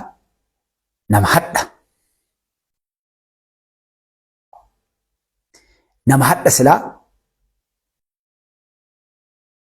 akka jagna biyyatti fakkii ilmaan Oromoo biraa gartee irraa haggattuudhaaf akkuma seen barteeni waan amma Mustafaa sirraa haasa'u kun osoo nu teessanii qabsaa'ota kaleessaa barsinnaan mee maarkees dabartan namni haqaa nam dhugaa namni silaa gaafatannu hoggana olaanoo miti hogganni olaanaan rakkin namni keenya qabu maali beektan yeroo maraa namni tokko inni hogganaa ta'e bas hogganu sanii fuudhee samii gubbatti hin deemanii saniin rakkooleen namoota hubannoota qaban namoota gartee sabaaf gahee kafalan uummata keessatti illee bar namoota jira namoonni atirraa waa gaafattu harki isaa dhiigan qabnu ka shiran dalagin namoonni shira dalagan walii dhossan amma hogganootuma nu jennu amma maqaa dhoo an dhadha'u kunniyyoo ati waamte waan himantu jira waan siin himne jira maaliin waliin dalaganii jiran kora 1998 jala bultii kora sabaa Somaalitti taa'ee arge hogganoonni jala bultii koraa jedhanii waan dhaabni kun guyyaa dhaabbate irraa haga gaafa korri sun taa'uutti taa'ee wallaahi Oromoo an Oromummaa jibbe naamantu ilmaan Oromoo maaliin namni qabsoo Oromoo sakaalee ta'ee waggaan adda bilisummaa Oromoo ta'u Oromoon ajjeesuu malee takkaa diina ajjeefne argan namni Oromoo dura bu'ee deemu namni Oromoo hoggane hagan arge namni lubbuun jiru kan arge sun guutuun isaa warra Oromoo ajjeesu jabaa Oromoo hayyuu Oromoo jagna Oromoodha abbaa qabeenyaa Oromoodha manguddoo Oromoodha warra ajjeesu ta'e arge jechuudha. Injibbi Oromoo ta'uu kiyya jibbee qabsoo san dabalamullee haga jibbuutu akka naqe. Kanaaf warroonni hadha jiran hedduun yoo ati waamtee teessiftee amma sitti himan dhugaa maaliif maaloo tuqanii jiran walii tumsanii jiran akka malettu nama gabaaba namni dhugaa dubbatee qabsoo tanaan deema. Kanaaf maal jechuu isin barbaade amma yoo isin laaltan caasaan kun ijaaramee wannan arge wanni isin hin barbaadu ilmaan Oromoodha. Haga hafuurri isin keessa jiru dhugaa dubbadha. Haga rabbiin hafuura isin keessa kaa'e rabbi malee nama sodaatiin akka jedha dhugaa dubbadha waa isin himaan. Tokkoffaa konfidensiin gabbaatee waan feete dubbatta yoo nam dur dhaabbattellee. Bakka feetillee yoo deemteen sodaattu waa takka. Bakka kama silaa sodaattu. Diina hedduu qabda yoo dhugaa dubbatte nama si ajjeesuu deemu malee adda kee hafta adda nama bitaa mirgaallee nama of duraa dhabda nama duraa duubaallee dhabda adda kee hafta garuu. Ammoo waan ani isinii himu wallaahi galgala maa'ii gammaddee duniyaallee akiraallee mirkoofta. Maaliif kan isinii jedhe beektu? Nagartanii nama irra guddaa biyyoon nagartanii Itoophiyaa keessa nagartanii irra guddaa waggaa jaan kan irra guddaan biyyuma jira. Daldaalachuu dalagachuu dhufne biyyaan.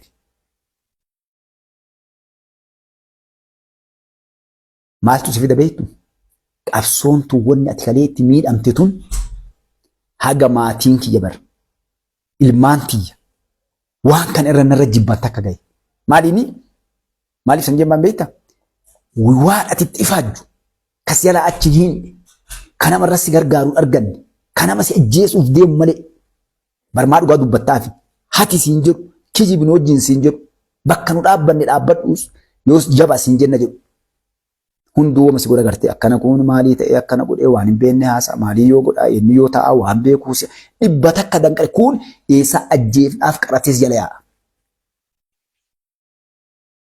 Mootummaan hadha jiru ka gartee ati silaa hadha bal'atee waa hedduu godhee waliin dalaga jennee nu gartee barakasi mindaanuu kafalaan jenne miseensa taanan jenne waan dandeenyuun laal fagoon bara waan amma shanee jedhanii waliin rakkatan kana yoo nu'uu kana warra qabsaa'ota kaleessaa kana qofaan mari'atan bara akkam goonee waan kana dhaabna yoo jedhan bara ganama takka shaneen gaara seentullee halkan takka bultu salpha shaneen namni rakkatee gaara keessa deemanii bara gabaabaa anaaf jaalbantii namni fakkaatu fana waamaniitu akkam goonoo jedhan karaa gabaabaa wallaahi. Torbaan takka shaneen gaara keessa jira torbaan takka. Maaliif salphaa? Namni gaara keessa deemu akkitti jiraatu nu caalaa namni beeku hin jiru. Jeneraalonni adda biyya bulchan hin beekan. Dameen dantaati kaan beeytu dahinna turuu jedhan. Namni tokko riphee lolaa malee. Lafa beeknaa. Deeggartoota beeknaa. Amma yoo nu gaafatan Arsii keessaa eenyu deeggaraa, Shawaa keessaa eenyu deeggaraa, Gujii keessaa eenyu deeggaraa, Wallagga tokko maqaaf eenyummaa jiraa tokkoffaa nu caalaa mootummaan hadha jiru kun hin beeku. Takka eega san argatte ammoo warra kana akkam goonee shaneef yookaan warra qawwee fuudhee kan addaan kun nu caalaa nu beeku gabaabdu. Salphaa. Waraana gaara jiru akkam goona jennaan gabaaba. Salphaa bara. Riphee lola balleessuun yoo ati beekte gabaabdu akkamitti? Riphee lola jechuun nama riphisee dhokatee qabsaa'u. Akkamitti dhokata yeroo kam deema? Rasaasa akkamii argata? Bishaan akkamii argata? Nyaata akkamii argataan? Anaaf jaalbantii caalaa namni beeku hin jiru. Wanni ati isaarraa kuttu uummataaf isaan qofa addaan kuttaa ganu. Kana waraana guddaa bobbaaftee gaara keessa oofuu ni miti. Salphaa.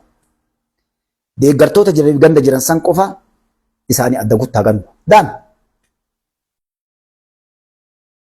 Akkami kuttaan gabaabdu. Ijoollee amma baatee lafa hin beekne ofirratti hirkannoo jedhan hin beekne bakka itti waa istoore jedhanii jira. Istoore jechuun gaara keessa waa kaa'ata qilee keessa.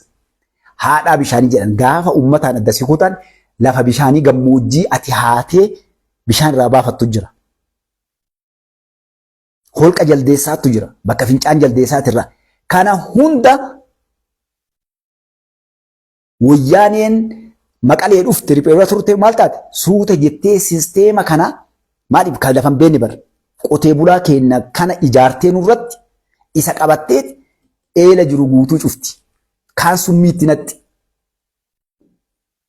Ganda deeggartoota keenyaa waraana qubsiifti. Bayaa gala dhoorgiti waraana. Bareessaa dhuftee hundi Tigraayii dhuftee jechuudha. Talafan beekne. Adda ijoollee Oromoo obboleewwan asii wal ficcisiisan biyya keessatti. Waraanatu Wallagga jira, Shawaa maalii bahaa jira, maalii jira deemadhaa jedhanii. Makiinaa fudhattee asii yaati ijoolleen. Yeroo jarri asii baate kaasii erge kun qawwee kennee rasaasa dummeessee kennee fi nama ijoollee gargaaru fakkaata bara. Dhufu jira nama gas dhufu jira makiinaa hagana namni keenya ibaluu fi baluun tuqinaa taawwan fixaatii makiinaan meeshaa fudhaadhee asii erga. Makiinaan karaa gubbaa yaa'anii asii makiinaa oolanii dhaqan. Kana godhuu dadhabe erginee waan akkanaati karaa irraa godhaa jedhan. Maaliif telefoonni tolee wanni hundi tole kaadha. Uummanni deeggaru osuma ganda kee jira. Namni gaafuraan maali waraanni ganda akkanaa kee jira gadhiisaa baa jalaa jedhanii. Wal qalee wal nyaatee daaraa wal godhe. Shanee balleessuu yoo barbaadan jenneen baraa dhufneen. Adamma na beekne nutti abboo gaafa galan gahin. Abboo osoo ijoolleen Oromoota gabbaate illee dhumatiin. Osoo uummanni keenyallee ijoolleetti gabbaate kun hin dhumatiin. Namni du'u kun illee kenna seenaan baddullee teena kawle jeesullee nu kanaan nun dhaqina ijoollee yoo gaafii gabaattellee gabaabdu warra amman ajjeesuun barbaadu jedhana. Gurbaan sun akka nutti hin seenne irra jira waajjira Oromiyaa keessatti. Maaliif jecha tanaa bara? Maal jechuu qabda beektaa achi dhattee? Waan kanarraa gortee gartee warri biyya kana godhaa jiru shanee yookaan kaafaa'oon ati maal jagnaa jajjaboo warri kun bar jajjabaadha. Osoo as deebinee biyya waliin bulchine akkana jechuun qabda dhattee ati. Namni akka jaraan jiru Abiy namicha kana gartee ati. Kaadirii bira seentee hamachuu qabda Abiyin itti. Sigalee. Daawud Faati jagna jechuun qabda. Marroon fa jagnaa. Akkam goota beektaa kallattiin jettuun bar isaan bira seentee abboo akkana taate malee silaa namni ka biyya bulchuudha bakka Abiy taa'u isa kana jechuu qabdaa achi sigalee. Akkasii bara. Alhamdulillahi Rabbil Aalamiin dhugaan nu kalee itti himne jenne sun adda gaddeebitee kunoo ifa baatee teettee jechuudha.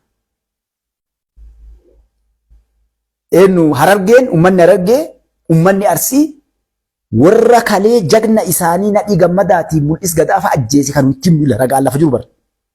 Kan afoo dhaabbannee jara ajjeese jennee nadha namni mataa gubbaa baatee deemuun teenna tanaa jechuudha. Uummanni kun bar qabeenya gurguddaa qaba beektuu isin. Daawud Faati bar qabeenya qabani. Hoteelota qabanii Finfinnee keessa. Ugaandaadhaa baasaaf gaaziteeshina qabanii bar. Keeniyaa keessaa baasaa waa mara qabanii bar. Marroon fa'a ijoolleen amma waa ijaaratti jedhan kun lafa kaateetii miti. Namni hunduu wanni isaan dalaganii ittiin bakka tana ittiin gaan hawaasa keenya uummata keenya dhiigalmaan Oromootiin daldala namuu baratee ittiin deemee asiin gahe jechuudha. Jawaarama maaliif biizinesa gubbaa bobba'ee viidiyoo tokko kaa'uun Dr. Eenyuun jedhan sun dubbatu sun poosti goonee jirra. Qabeenya meeqa qaba Jawaar Mohaammed kaampaanii meeqa qaba jennu laala maaliif? Amma fakkeenya Jawaar Mohaammed wanta akka hin qomanatee bachuu danda'u. Daawudiin maal gootan, Leencoofa maal gootan, Ebaluufa maal gootan jechuudha abbootii qabeenyaa. Oromoon ta kaampaanii ittiin barataniif ittiin bashannan jechuudha dhiigalmaan Oromoodha.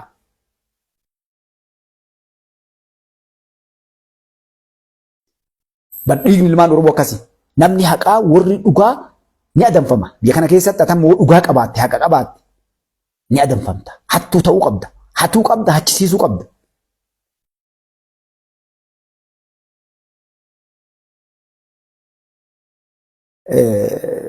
Dr. Abiy Ahmed Ali maaliif jibbame? Maa kaadireen isaa ministeeronni isaallee itti duulti. Hatuu dhorke. Biyyaa ijaarruu jedhee gartee nu geetti osoo hanni. Hinannaa jette jarri. Warra hannasan irratti kaabinee ijaaratee, kaadiree ijaarratee, caasaa ijaaratee deemu as fidaadhaaf warra nu isaan kana hattummaa jaraa beenu nu hattu jarri kun jennee dhoorkinu kana duulaniiti caasaa warri hattuurra wal ijaaru gartee bakka hunda wal ijaaraa jechuudha. Kan akka miidhamu hawaasa keenya. Uummata keenya nyaatame uummanni keenya qorqame dhumate. Jarri ilmaan jalaa ajjeefti qabsaa'aa fakkaattee. diinni ummata keenya kolaasaa ture. Diina jedhee nutti akkas godha jara. Mee waa isin gaafa dhiifama naa godhaa. Warra maqaa dhoofnu kunniin waggaa fakkeenyaa fi adda bilisummaa Oromoo waggaa 60 jiraadha. 60 yoo jira. Haayile Sillaasee irraa eegalee uummanni kun hoggaan koo keessaa hin madoofu hin duune. Daawud Faati hin madoofu hin duune hin hidhamne. Ilmaan Oromoo kuuwwan hidhaman ajjeefaman kolaafaman wanni hin ta'in hin jiru.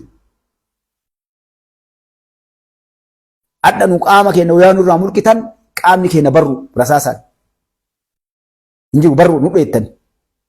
Bineensa isin nyaateen nu ijoollee akkas nu jettadha bineensa isin nyaateen nu jetti. Rasaasni takka qaama jaraarra hin jiru. Madaan takka xaraffiin mukaa takka irra hin jirtu.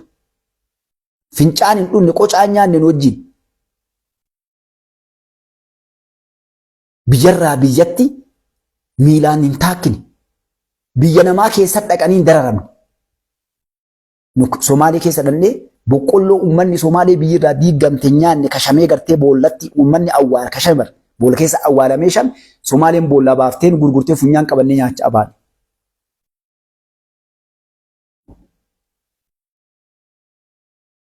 Miilaan kophee malee lafa deemnee miilli nu tarsa'ee madoofnee namni keenya qorsa dhabee shameechitee gaara keessa dhumate. Kanaaf marsi jechuu barbaade adda jagni ka maqaan waamamu ka waa hunda godhamu warra kana inumaa hadha dabranii. Finfinneen akkana mootummaa coomsaa dhaabna namuuf dhufeetu bu'aan Oromoo kana ka ofii godhatee namni hundinuu bar kiyya jedhee ilaal ta'u ofii godhatee amma Daawud Faati bar afaan silaadha dubbatanii manguddoonni gartee daapparii dhattee yaatu afaan silaa hadha qabsoo Oromoo irraa dubbatanii dhiisi. Yoo silaa namni gartee hadha kaa uummanni keenya bara uummata rakkoon uummata keenya.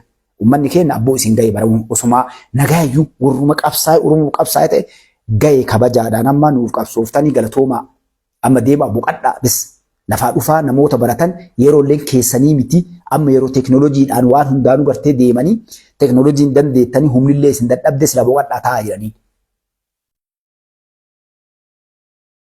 Inumaan hoogganoonni keenya dhaabni siyaasaa wal ga'ee murtii akkasii dabarfatee mootummaa coomsaa jedhee eenyu magaalaan guddittii Finfinnee eenyutu Oromiyaa godha eenyu falmaa jira. Magaalaan Finfinneedhaa eenyutu magaalaa teenya jedhee mormaa jiran. Meeti eenyu jira. Wanni amma jarree haasoftu kun bara magaalaan Finfinnee fakkeenyaa fi magaalaan waajirri mootummaa Oromiyaadhaa manni mootummaa jechuun ka Oromiyaa ka federaalaati miti bara. Kunooti as jiraadha boolee dambalaa jira. Namni dubartanii bal'isanii diiganii mana mootummaa guddaa keessatti ijaaraa jiran kunooti xumuramuu ga'e. Namni tokko maasii ijaaramatu lafa Oromootii miteedha jira. Waajiroonni guutuun isaa Finfinnee keessatti dacha'ee ijaara bakka hundatti fooqileedhaan bal'atee ijaara namni tokko dubbate jira. Moo nama biraa boru dhufee ammallee irraa nu dhorku jira. Eenyu gaafatta? Eenyu kalee hayyamaan sirraa fudhate Finfinnee? Namni tadhanaa deebisettee gaafattu ka heeraan yookaan agartee paarlaamaa dhiheessee magaalaa biraa godheetii jedhee sirraa fudhate hadha gaafatu jira. Humnaan sirraa fudhatanii teenna jedhee mi'aan jiraadhoo sun hin jiru. Dhattee heerri kun waan hedduu jijjiiramuu deema waan hedduu sirraa'u deema gaafa san sirreeffadhu dhaqe. Itti gali. Hadha Oromoo yoo ofii keetii dayyuusummaa qabaatte malee yoo rakkoon qabdu maali hin dalagatu kennamu. Lafti Finfinnee keessa dachiin rabbii bana bakki hundamu bakki hundi ambatu dhufee hadhallee keessatti dalagachaa jira. Guraagee, Walaayittaan, Kambaataan, Hadiyaan, Amaarri, Tigreen. Kanaami alaa dhufee namni dalagachuu deema adiin. Arabarraa Faranjiirraa dhufee dalagachuu deema. Kenna Abii wannaadhaa inni gaafa Abii buusuutitti darsa guuratee gartee hunda keessa hannaaf deema kenna gartee ammallee as Finfinnee kan akka haarii dhibbara moo'ee hatee fuudhu. Ministeera wayii jala seenee gartee lafa wayii maaliidhaa daangaa butu. Kanaaf lafa dhiita. Ijaarame kootu gaafadhu ijaaradhutti. Sigalachaa jiran galgala ganama.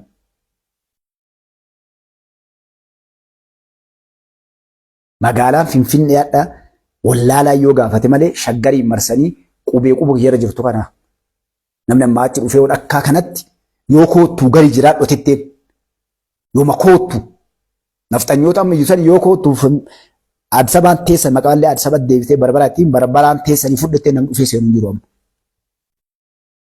dabreera yeroo sun garteerti Oromoon warri waa hubatu warri waa argaleera namni kennamu bitaa gargartuu mirga gargartuu Oromoo malee nagartoom kaleessallee amaarri atettee gartee surreetti namni kenna fincaa'u hin jiru Oromoo amaaruftee jira Finfinnee keessallee naafi deebalu jedhi abbaan qabeenyaa as keessa jirullee naafi deebaltu amaarri Gondarii Goojjamii galee jettee nachi dhalateef jechuun ni mala kaleessallee as keessa muree murteessaa turee fi onnade Oromoo amaarufte kunuut maaliif ragaan kaadha Oromoo jedhe kunoo gabbayee hundinuu abbaatee maali miti barama ani Oromoodhaa jedhaa jira martuu gabbayee abbaan qabeenyaati ilaaltu guutuun isaa jechuudha. Kanaafuu ilmaan Oromoodhaa lama walilleen sobinaa ijoollee teessanilleen sobinaa Tigreen dhuftee barkaleessa TPLF dhuftee bar nama kuma meeqa itti galchi Mallas Zeenaawii barasitti. Finfinnee bar akka jirtu qubsiise nam tokkoon gaafanne.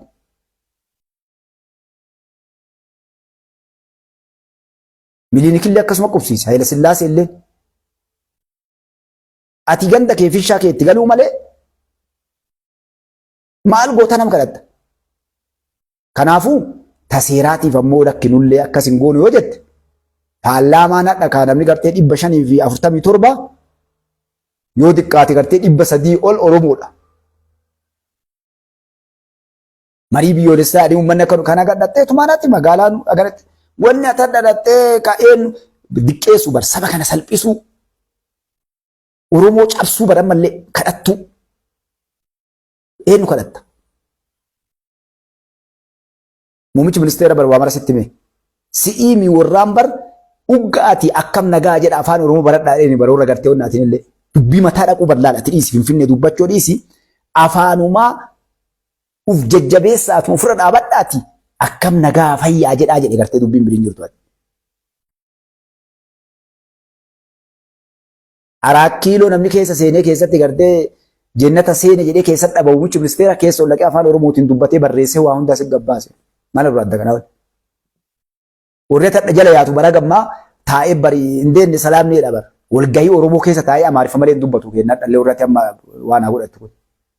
Farshoo irraa malee dhugu, foon irraa malee nyaatu hadhallee.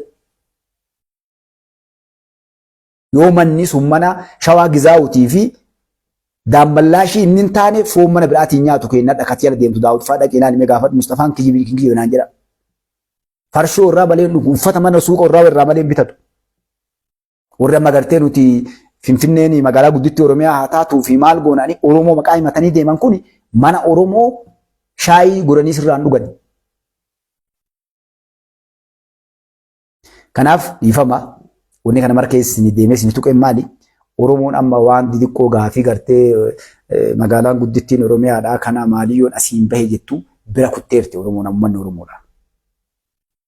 Uummanni keenya gadi deemu jiru amma biyyoota guddatte Raashaa fa'aa wajjin Ameerikaa fi Chaayinaa fa'aa wajjin gartee dorgommiin keenya garasi amma teeknooloojii waa gartee kalquu addunyaadhaaf gartee waan tokko gartee Oromooti Itoophiyaa adda kan jedhan kana kaleessuu deemu jirra malee ganda keessa deebinee dallaa asitti ka hoolaa xiyyaanaa kuti fardi kiyya eessattidha harree kiyya eessattidha kun warra gartee Daawud fa'aa sammuu jaraasa wajjin deemaati gartee achi dhaqa. Oromoon uummata waa kadhatan malee uummata waa hayyama gaafatan malee uummata nama kadhatuu miti uummata nama waa hayyamsiifatu miti maalirra mana kee irramu lafa ta'e irramu waan kee akkamiin nama gaafatta eenyu gaafatta salphina kun fafa ufii wanni keessii gala deemii dalagi hadda magaalaan Finfinnee keessa kun maqaaleen maqaa Oromooti hotel buildingiin dhaabbatu fooqiin karaan wanni hundinuu barrees deem irratti ijaare mana kan kee ijaare mana gadaa jedhi maaliyyoo jedhi ijaare maqaa naannoo keetiin ka Wallagga aadaa kan Wallagga jiru ka Shawaa ka Gujii ijaare caddisi. Daan ofiin dhumatamee nama biraa fidee amma keessaa ol baasee Shawaa Gizaawun maal sin jedhu garta yallam kennaa gaddaa dalga qabee ammallee gartee Natsaannatii fi andinnati fi maal kana agarre bara magarreera am maali fi future inni onni teeguuf dura abi gaafa bu'ee shawagizaawni dhufaaf eega gariin nama rakkoon Oromoo qabdu wallahi rakkoo Oromoo keessa arge beektan maaliif ana kana namni dumbeeta waan injarjarina boona jaasuuta dee waan na dhufu beektaa ilaalaa na dhufu beektaa Amaarat leetti bu'in Shanee leetti bu'in Tiree leetti bu'in gataan akkanatti teetuun jijjiiramtii siin jedha namni ati bakka sanitti enne sirifachiisu jira jechuudha garte maali yoo kaammaa Oromoo irraa fuudhan taa'an Oromummaa wakkadha Oromoo irraa namni biraa dhufee fuudhee amma achi ka biyya tana bulchu taate Oromummaa wakkadhee biraasini kana uuma rabbii takkate wakkadhu illee hin qabu malee eka Oromoo jaan kanayyuu wakkadhee keessaa dhiqan gaafas ummata gana ga'u yoo ammallee namni miliyoona 5-6 dhufee ari'ee bakka isaatti deebisee kaawwanna godhu taate ambinuu bad nama gartee xiqqaa nama fakkeenya Tigiree miliyoona 6 miliyoona 4 yookaan 5 bara 6 malee isiin bar deebinee Oromoo tana koloneeffannaa itti TPLF baram wal fixu jirti Geetaachof Gabrasiyoon kenna miliyoona 70-80 jedha Gabrasiyoon dhufaa gaafa sadisatti heerumaa jedha taayadha Amaarri beto Amaara onnee dhiman kenna biraa galee Amaara qara himatu Oromoon biraa galte Walaayitaan Kambaataan Hadiyaan galee biraa ka qara Amaara himatu gartee hundinuu Hadiyaan maal kun amma Amaara yoo ati lakkoofte yoo akkam guddate miliyoona 10 yoo akkam yoo ati guddifte nama akka Jawaarii fa'aatti lakkoofte jechuudha Lammaa fa'aatti lakkoofte Baqqalaa fa'aatti lakkoofte Daawudiin fa'aatti lakkoofte sanuu jechuudha warra kana itti lakkoofte warra isaan barsiifatan warra bishaan isaaniitiin guddate kaawoo isaaniitiin guddate itti lakkoofte miliyoona 10 guddate galee namni biraa Oromoo galuu jira kun hundinuu as deebi'ee galaa jira. Ummata gana ga'u kana deebi'ee gabroomaa Abiyyoo bu'ee boru gartee Shawaagizaawutu dhufaa Daammallaashitu dhufaa Gabratsiyoontu dhufaa Geetaachoo Raddaatu dhufaa maalummaan akkanaa jiran haga nama argeenni himu.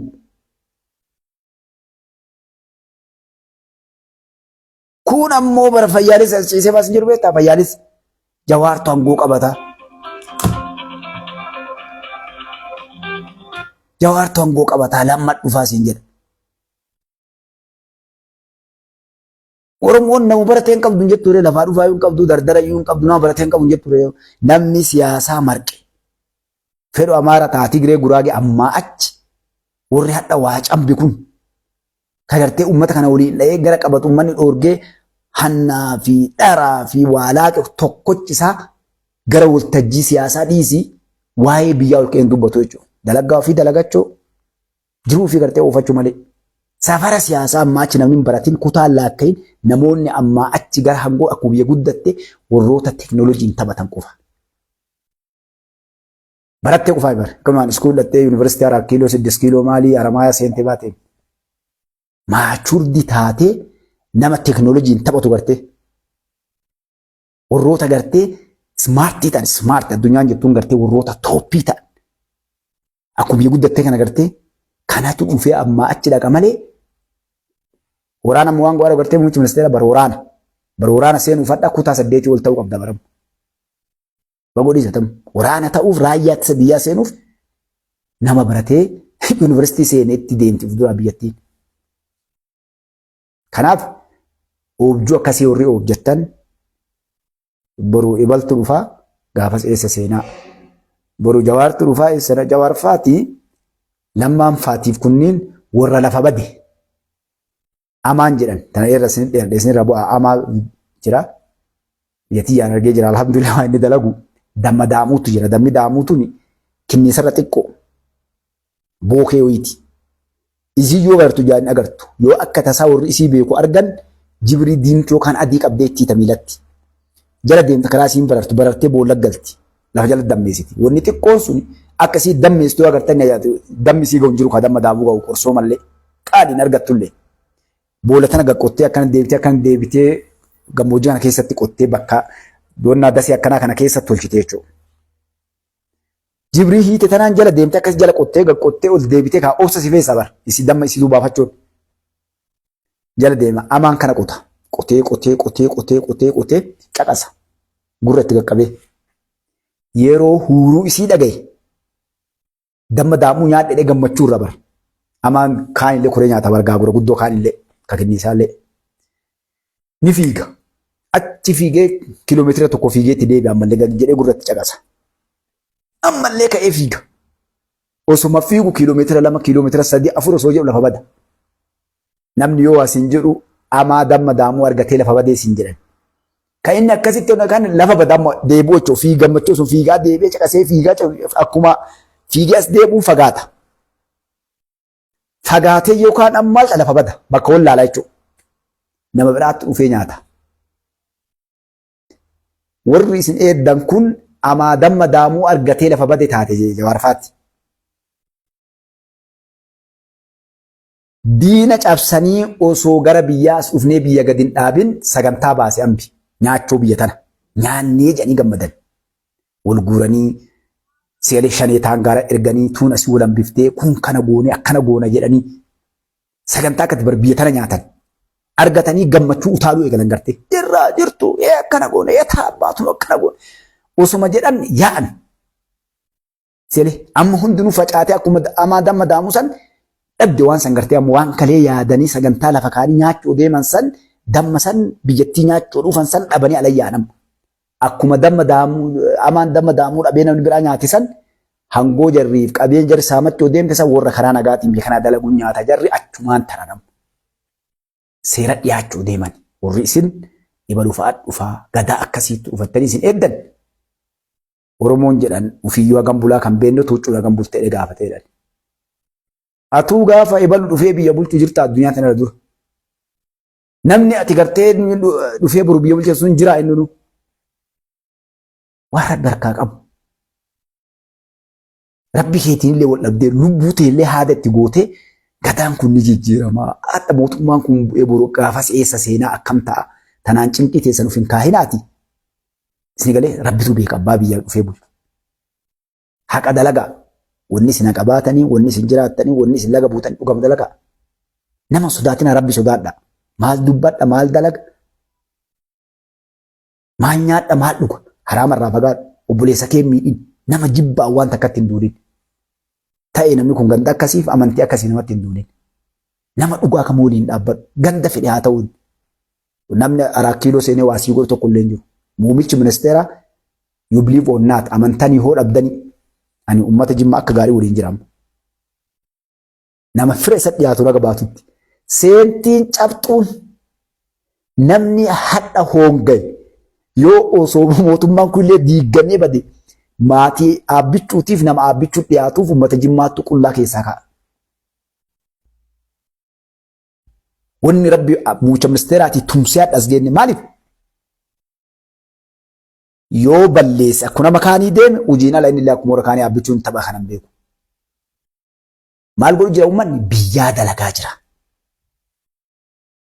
Abbaan fedhe wachi dhaqe tolfatee ho'amee simaaf tolfatee hammaatee simaaf uummanni maaliif akkas godhu jira uummanni jimmaa namoonni isa dhiyaatan hummaa argan maaliif kan dalagan beeytani waan inni ajaa'ibe keessaa uummata harka shira biraan biratiin kalee uummanni jimmaa wanni ani irraa arge bannamuu himaa taa naannoon kamu garuu sirna nafxanyootaa wajjin kalee shira hannaa akkatti waa hatan shoortikatiitti abbaa miliyeertan kanneen agarre uummanni.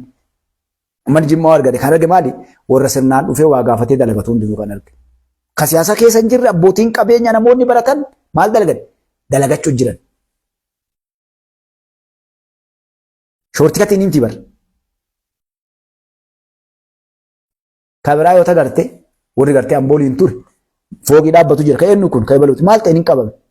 Kun yoo ka eenyuuti ka ebaluuti maal ta'e hin qabame. Maaliif akkana bar shoortikatii dhufee nama waa kennee akkana godhee asiin akkas godhee kana kijibee akkana godhee ijaaree guyyuuruma shagaa deeman laala finfinnee kan agarte bakki hundinuu taashii gwaalee amaariffaa kana gubbaa ciisa laal fooqii dhaabbatu suuqii dhaabbatu magaazina dhaabbatu bakki hundinuu milishaan gandaa ka biraa feechu warri hanna barate milishaan ina ta'achisiisa kanarraa fagaadhaa harki kee qulqulluu yoo ta'e qoma dhaattee dhuftee borlaan namoota akkasii argaa namoonni kan isin jedhu maali uummata jimmaa kan namni qoma dhaatee dhufee waajjira fedhe seenee gaafata akkana waan kan naa kenni. Qulqullu ka harkisa. Ni dalagata kun wali deemu abboo maali? An bakkana taata akkami kan taane ila abbaa kun karaa kana deemu. Keenaquu waraqata tuulee kilaazeera kanaan bahe bakka dabooliin baallama qabaasin jedhee sagarta beektaati. Hoteelaa fi bakkoota biraatii fi makiina gurraacha kana dhaabee abbaan qabeenya illee gartee nama qaba dallaala qaba. Ibaluun barbaadaa namuu dhufe nama ganda isaa barbaada. Ministeera ganda isaa wayii ibaluu ganda isaa wayii rakkinni teenna tana. Yeroon tu yeroo laala atiis barsa illee gootu jira namni wal gargaaru illee ni jira bara. Yeroo namni wal gargaaru illee ni jira gaddaan illee akkuri dhiyaatu illee wal gargaaru ni jira. Ni jarjartan. Guyyaatti dhuftee abboo kaa'amma gartee dhuftee bara abboo yaa. Askeenni kaa'amma abboo yeroo dalagan nun dalagan nama dalagsiisateetu jira. Aabbichuu madhattee bara. Guyyaan ati aabbichuu balbalatti dhadhooftee aabbichuu abboo dalagachuu barbaadaa dhakaa gartee si biyya harkaa qaba. Gartee abboo balbalachii dhadhee bol fakkaan nu goote nu ariitee waan nu gargaari. Hedduu jira kashira irratti dalaganii namoonni laala waan tokko dhugaa isiniin nama dalagachuu dhufe abbootii qabeenyaa warra mana warra uummata buqqee kana mana 200 ijaare kana warri hangoo qabu kun bakka qabu ari'ee jira. Ebalu maqaa isiniin dhawanamu. Laal barnama warra uummata keenya Harargee irraa buqqee kana mana 200 ijaare. Ka inni dalagachuu bakka akkasii naa kennaa jedhee seeraan dhufe ari'an. Kan namoonni biraa ammoo argee dubbee akka mariitan nama kan ebalu kennaa bakka san jedhee kenni inni jira. Kun amma maali? Dhugaa inni qabu dalagachuu dhufee mootummaallee gargaaraa jira biyyallee gargaaraa jira. Namoonni akkasii sun shoortii katii isaan gubboon kenni maaliif ari'an beektaati? Waa kenni. Lafa inni gaafate bakka inni gaafate kana warra waa kennuudhaaf amma namoonni dalaggii dandeettii qaban bakka beekanii bakka hojii dhaqanii waa gaafatan. Yeroo isaan gaafatan warri dallaala qabaa mire maal jedhan abboo lafa akkasii nama nu gaafate rabbi si haa balleessu koo dalgadhu sii kennaa jedhani. Waan kanaa fidi. Ka hojiin beekni kennan jechuudha. Jiidhaa kana ka hannaaf deemu gartee. Ka waan dalagan hin beekne bakka dalagan hin beekne kana. Isa kana ka dalaggaa beeku kan ka horii harkaa qabu. Ka baankii irraa illee liqiin barbaanne abbaa qabeenyaa. Ka horii ofii baasee investi godhee dalagu. Kana meeqaa hojii banu kana asitti danqanii kaanii jechuus ni galee. Kanaaf akkasii na uffolchaa ilmaan Oromoonni kana markeessii dhaqee maali? Haquma dalagaa. Ufiilleen guddattan biyyallee ni guddistan. Ilmaan teessanillee kofaltee abbaa keenya gaarii haadha teenya gaarii jettee qubadhattee isin jiraatti. Zabanni amma deemu kun zabana akkasiiti. Kanaafuu wanni kana markeessii gubbaa irraa deemee isin dhufeef warri hadha biyya tanaa lola Eertiraa irraa eegali ka TPLF qabadhu ka Shanee qabadhu ka Faannoo qabadhu haga gartee manguddoo amma mootummaa coomsaa jettuu fi Oromiyaa akkana goonattee deemtu kun guutuun isaatu bizinesa. Warra karaa qajeela dhiisee karaa hannaa deemu jechuudha.